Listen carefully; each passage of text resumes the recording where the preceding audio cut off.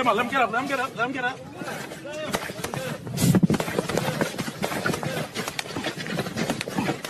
Fight back.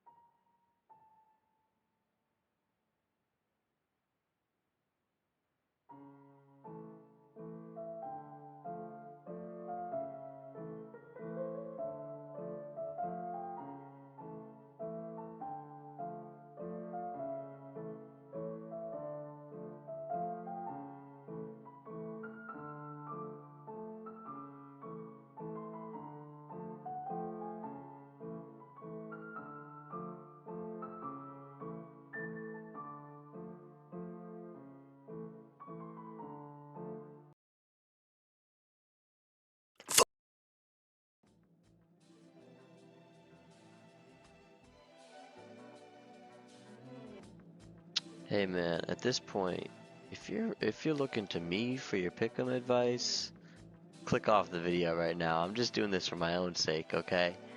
I'm doing this for all y'all who asked for a video, which is about 2 of you, okay? And that would be mom and dad. Yeah, they watch. Yeah, they watch. Yeah, my mom and dad be watching my videos. Yeah, they like my CS content. But I suck. I suck at pick'ems, bro. I suck. Opening stage. Opening stage. What is this cacophony of garbage, bro? Ecstatic? What? Mongols? I mean, I did predict them to go through, but why? Pain? They suck. Imperial? And then the O3s? I mean, I wasn't even considering them. The 3-0s? Why did I not just... I should have put Cloud9 there. That's my fault. I could have gotten 5 here if I just put Cloud9 and 3-0s and just took the 2 best teams by a landslide. By a landslide, the 2 best teams were Cloud9 and Heroic, and maybe Eternal Fire. Okay? This new format is so difficult because if you pick somebody to go 3-0 and it's a good team, I mean, it's the same sort of mindset as the other pick'ems, but now you have 2 times where you can mess up. So if you mess up one of your 3-0s and then they end up going 3-1, well, guess what? That's 2 wrong picks you have. Okay? So I think this whole method now of you absolutely have to pick the correct 3-0, because if you don't and then they go 3-1, I mean, your brackets are messed up. It's messed up, man. So this is what I ended up picking, and I put Mongols in last second. I got that right. Ents, I mean, they look scared shitless. You know, after the RMR, they really had no business being here. Imperial Pain, didn't matter who, they were gonna get taken down. Apex, what a bad pick that was. Furia, screw you, man. Screw you. I know you made it, but screw you. And then Lin Vision, shout out to you for being Furia. Legacy, shout out to you. I blame myself for getting this shit wrong, but at the same time, has there ever been a more unpredictable Counter-Strike scene than right now? In my first pick'ems, I got Diamond. Since then, I've been way off, so don't look to me for pick'ems help, bro. Elimination stage. Yeah, I should have just had Spirit Mouse. I had Mouse there, and I felt really, really good after day 1. And then FaZe was losing bad, and I'm like, okay, at least they're not going to be a 3-1 team and take up a spot. But then, of course, they win their last 2 matches. And then Furia. I mean, again, that's my fault for picking Furia to go 3-1, 3-2, or to even think that they could win a match. I was never going to put Mongols there. I mean, that's a given. I'm not going to bet against the Mongols. But yeah, Eternal Fire, Cloud9 I should have had in 3-1. Spirit I should have had in the 3-0. I could have gotten 7 out of 10 here if this whole thing was working. But yeah, here we are. We're in the playoffs, and oh, yeah, you didn't see that. So the first matchup is going to be Cloud9 versus Vitality. Vitality, you have one of the best players in the world. You have one of the best IGLs in the world. Your roster has been handpicked from stars from a bunch of teams that couldn't afford to pay them anymore, like Flames and like Mezzi. And you've dropped guys that have won 4 or 5 major titles like Dupree and Magisk. I mean, it just goes to show how much you have at your disposal. You're the Miami Heat right now. You're the Golden State Warriors right now. That's exactly why you're going to lose to the team like Cloud9. We're going against the grain here. Okay, we're going against the grain, and also Cloud9 has been looking okay. And also, whichever team wins this is going to lose to Spirit or FaZe Clan. Little spoiler there, foreshadowing. Vitality's not in great form right now. ZywOo, he's kind of hitting that wall a little bit, where you get older and you have to find a new form of motivation, because otherwise you realize there are many things that matter in life, and video games is just not the biggest priority at all times. ZywOo, when he was young, let's see those pictures of young ZywOo, happy, a fragger if we ever seen one, a god amongst men, a boy amongst men, but a god amongst men. And he's gotten older, the glow of the game has fallen a little bit for him, and also he's never been a big time playmaker when it mattered most. A lot of the rounds that he needed to win in Paris were won by guys like Spinks or Dupree or Magisk or Apex is calling even, or Apex is playing even. ZywOo wasn't, perfect in Paris by any means when they won it all. It's up to Flames or Spinks really to beat Cloud9 here. They absolutely can, and they could actually go 2-0 on Cloud9, but for current form, the way things are going right now, Boomich is calling a heck of a map, and Electronic, Axile, Perfecto, Hobbit, I mean, name a better supporting cast out of any of these teams. Replace Boomich with, say, like a Prime Simple or any other superstar kind of player, and Cloud9 is the best team here.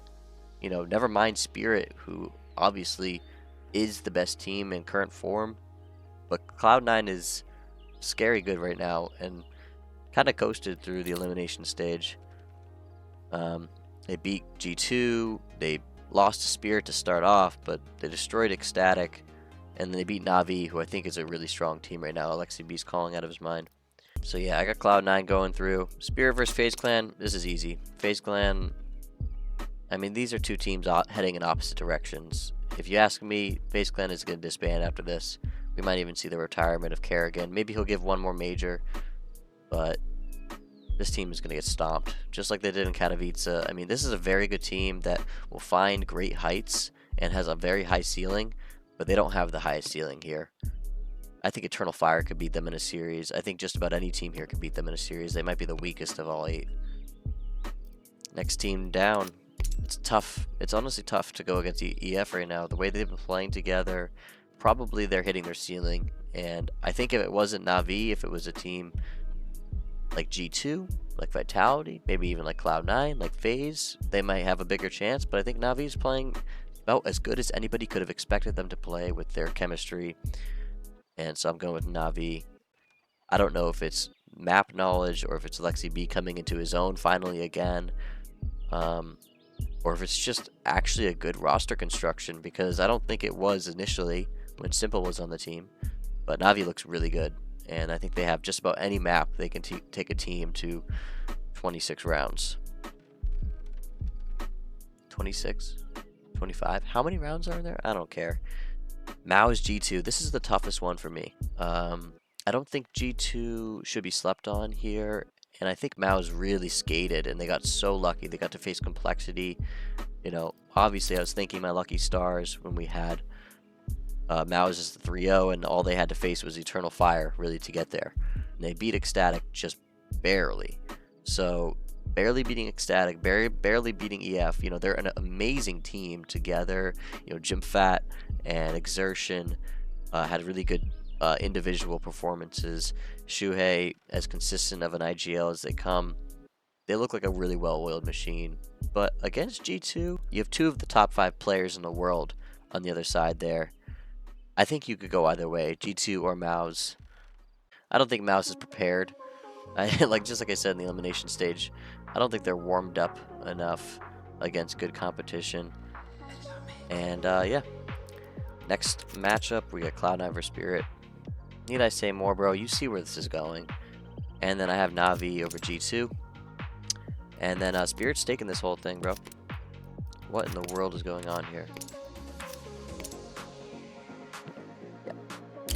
They're taking this whole thing. They're taking this whole thing. Donk has 13,500 hours at 17 years old. Okay, don't think of this guy as inexperienced. The way he plays the game negates all confusion and uncertainties about his lack of experience. You don't just go to Katowice, which is the biggest stage, minus the majors, and stomp through FaZe Clan with all their experience without being completely 100% sure of yourself. That was not a fluke. This is not some like Apex Gamer Legion run where you have a lot of success on one of the biggest stages. No, this is Chopper, who's been in this scene forever. This is Shiro, who might be the best opper in the world. And this is Magix, who is as good of a fill guy as a perfecto kind of player, as a support rifler as it gets. This is Zontix, who has that same sort of hunger and drive to prove himself that Donk does.